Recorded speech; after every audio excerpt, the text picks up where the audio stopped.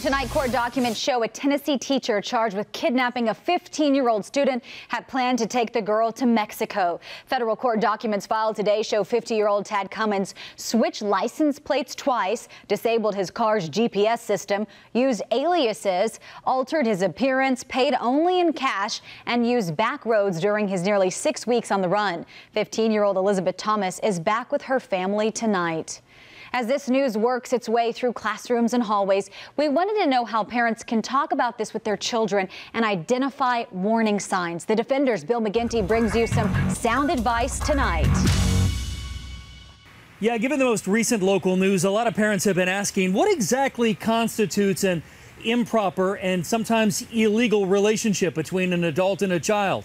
Well, the experts are saying this is a conversation you really ought to have with your children, no matter how uncomfortable it might be.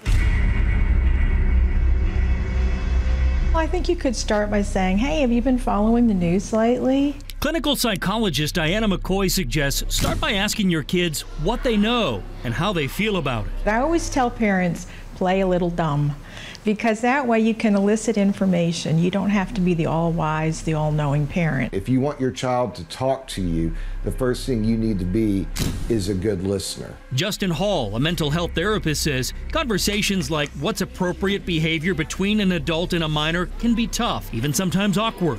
He suggests discussing it while doing an activity together.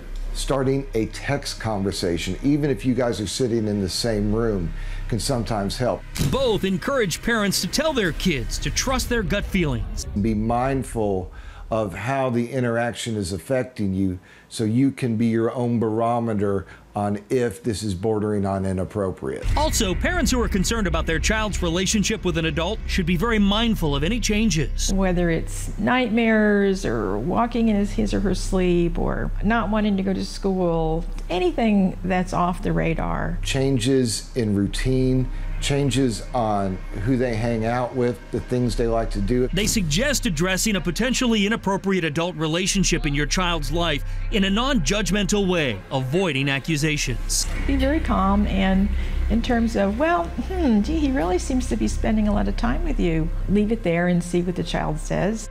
To wrap up this piece, a startling statistic.